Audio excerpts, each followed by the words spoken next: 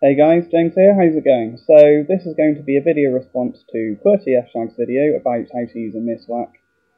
Before I get started on that topic, however, I've got a quick personal message for QWERTY, and that is your Islamic videos, when you're talking about your culture and how you do things and how you use your various Islamic things. Very informative, very interesting, they're educational, and they're generally quite entertaining as well. So those, keep up the good work, very, very good, and I haven't seen any other YouTube videos do anything really that similar. But, however, when you're talking about atheists, women, gays, etc., and criticising them, I am going to pwn you, so keep that in mind. So, back to the miswak topic. If they can be proven to be as effective at cleaning teeth as a toothbrush, I'd be more than willing to switch, because I'm quite a quirky guy, even though I'm a man of science. So I'll be quite happy to check them out, and I'll probably buy one myself anyway, just to see how well it works for me. I do, however, have many reasons to be sceptical about it, which I'll get onto later in the video. So there's quite a few interesting comments in your comment section, especially by a YouTube user called IQ233. Seems like an interesting guy, pretty smart, although I do have quite a few disagreements with him. So if you're watching, I'd appreciate a video response from you, QWERTY, and also from IQ233 if you've got time to do so. Okay, so on with the video then. So first off, the scientific data so far on the use of miswaks is far from conclusive. It only seems to have been done with very, very small scale studies, which usually show a strong bias, but I won't bore you with the details of that right now. I'll leave that to the end of the video in case anyone actually wants to watch that.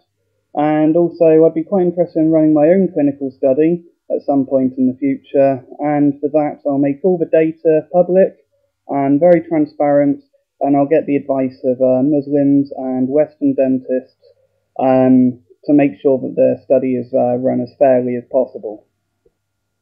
On to some more specific claims about the miswak then. So Wrigley's ran a little trial where they showed that chewing gum laced with miswak killed 60% of bacteria, compared with 3.6% of bacteria killed by regular chewing gum. Yeah, I've got no problem with that study at all, but all that shows is that miswak kills bacteria better than having nothing there at all, and that is not what I'm interested in. I'm not interested on whether the miswak works, I'm interested on whether it works better than using a regular toothbrush. So we're now moving on to the miswak's better because it's natural argument. Now, in formal logic, this is known as the natural fallacy. Basically, just because something is natural doesn't mean that it's intrinsically better than something which is unnatural. When it comes to tools, which is what a toothbrush is, I would certainly rather, in most cases, go for something which is man-made than something which is natural. Because a toothbrush has been designed over many years and has had lots of money invested in its design. You look at the shaping of the bristles there to get deep into the teeth. And I would certainly guess that that's going to be better than some natural stick. But again, I could be wrong, and I'm going to do further research on the subject, because the miswak does seem to have some very impressive antiseptic and antibacterial properties. The natural fallacy seems to be most thrown out by a lot of health food companies. And I'll walk into a health food shop and I'll see vitamin tablets which are in pill form. The manufacturing of these seems to be just as unnatural as how a lot of pharmaceutical drugs are produced. And also a lot of pharmaceutical drugs are also produced via biological means. And whilst most vitamin supplements certainly have very few side effects, whereas some pharmaceutical drugs do, there's very little regulation on them, whereas with pharmaceutical drugs they are tested extremely thoroughly and go through dozens, if not hundreds, of trials before they're released to the public. There could, however, be an excellent argument for the environmental impact of toothbrushes over miswak, but again, this might not necessarily be the case either. I'll speak more about the natural fallacy in further videos at some point, but I'll leave it at that for now, and I'll leave some links down in the description bar for more details. Another argument I've seen for the use of miswak is that the bristles are facing the same way as the brush, as opposed to at right angles, like with a toothbrush. Now, if this was really the case, I'd imagine that a company that's produced toothbrushes would have cottoned on to the idea and produced toothbrushes in the same way. Also, I can see that a toothbrush is probably going to be more effective at cleaning the back of the teeth. If you're using the same amount of time cleaning with a miswak and a toothbrush, I would guess that the front of the teeth of people using miswak are going to be better, whereas the backs of the teeth are going to be better if you use a toothbrush. This is, however, only a prediction, and until I've run my own clinical study, this is only a prediction, and I could well end up being wrong. Apparently in Islamic literature there's 70 benefits of using the miswak. Now, first off, I'd just like to say, well, yeah, they may have benefits, but are they more beneficial than using a toothbrush? And secondly, I will ignore all of those until they've actually been scientifically tested or I've experienced them for myself. One of the ones is that it leaves a fragrance in the mouth.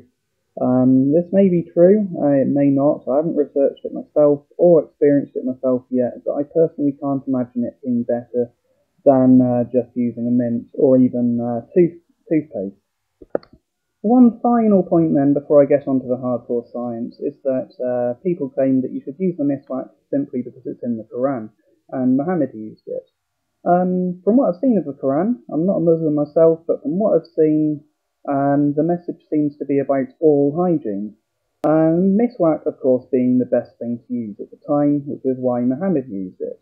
If it's shown that toothbrushes are more effective than the miswak, I can't see why anyone would still want to use the miswak. For example, if I wanted to use a Christian example, Jesus liked washing people's feet and Jesus wore sandals. If a Christian looked at that and decided that there was a message about foot care, it would then be illogical for him to decide that he must always wear sandals because Jesus did, because footwear has come on a very long way since then. Okay, so on to some of the hardcore science now then.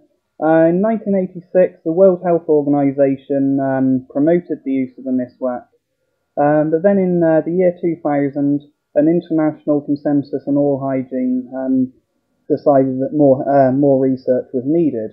Then in 2003, there was a further study which clearly supported the use of the miswak. However, in science, a single scientific study is not used to justify the use of a product. Generally what happens then is they collect data from lots and lots of similar studies and combine them together into something which is called a meta-analysis. They then look at the size of the samples used in each trial to determine how accurate they're going to be, plot them all on a graph, and then take an average from those results. As of yet, it appears that such a study has not been done, so that's why I'm going to be running my own study, hopefully, so that can also go into the mix. Furthermore, it's not just the size of the trial which affects how accurate the study is. There's lots of reasons why a study shouldn't always be taken too seriously. As well as the trial size, you've also got the placebo effect. And with the miswak, there's lots of other things which you may find affect it. There's the correlation does not equal causation argument. You may find that Islamic people in the Western world have far better teeth than non-Islamic people, and this may not necessarily be because of the miswak. This may be because they take the brushing more seriously. An Islamic fundamentalist is probably more likely to brush their teeth twice a day than someone who's Christian or non-religious. You've then also got the blinding procedure. This basically means that, if I was doing a study if I was examining the teeth of the people in the study, I wouldn't be aware of which cleaning method they were using. If I was aware, I may subconsciously introduce my own bias into the mix. You might also find that people who use the miswak do a far better job at cleaning the front of the teeth, and if that was in photos, that would clearly show that it was better. But if examined by a proper dentist and you looked at the cavities, you may well find that the back of the teeth had more damage than the people who were using a standard brush.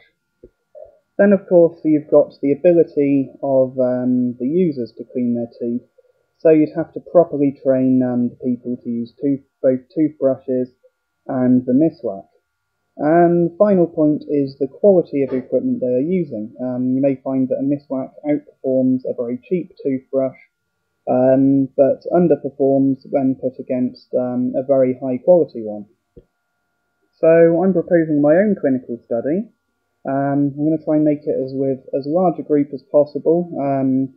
Usually they decide that any less than 20 people is not statistically relevant, and all of the data I've seen so far has been with extremely small groups. One study used 15, and another one I saw, which supported the use of a miswak, used 9. This does beg the question of what happened to the studies with larger groups.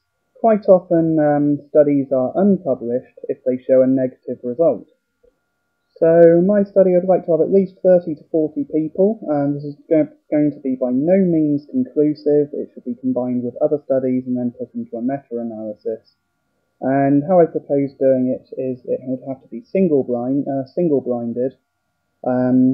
That means that someone issues out the miswaks and someone issues out the toothbrushes, and the person doing the examination on the teeth is not informed of what they're using. I'd also, if possible, like to add a placebo to the mix, which would just be a pretty standard stick. There would be ethical concerns in using this, however. When things are trialled, nowadays they often try and trial it against the next best competitor, because that's, of course, what they're trying to find out. Is it better than what's currently on the market? It's considered very unethical to use a placebo a lot of the time if something is potentially dangerous. An example of this would have been Matthias Rapp, who was selling vitamin tablets to help cure AIDS, and he trialled that against placebo pills and found that it outperformed them. This was not cleared by an ethics committee, and all it showed was that vitamin tablets help prolong the life of people who had AIDS. And it's unethical because, of course, it's extremely bad to not give people any treatment at all. Also in the study, I'd like to make sure that people using the miswaks and the toothbrushes are adequately trained, and I'd like to run this past Islamic people and dentists before I confirm the study. So I'm going to try and speak to my dentist about this and see if he'd be willing to help partake in the study. He might be willing to offer a discount on the dentist bills for people who are involved in the study, and I might get a small percentage as well, hopefully, for running the study. So that's what I'm proposing. Also, all the data is going to be completely transparent, and hopefully all the dental records will also be on the site where I place this information as well. So thanks for your time for watching.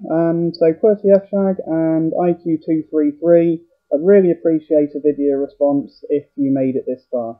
Bye.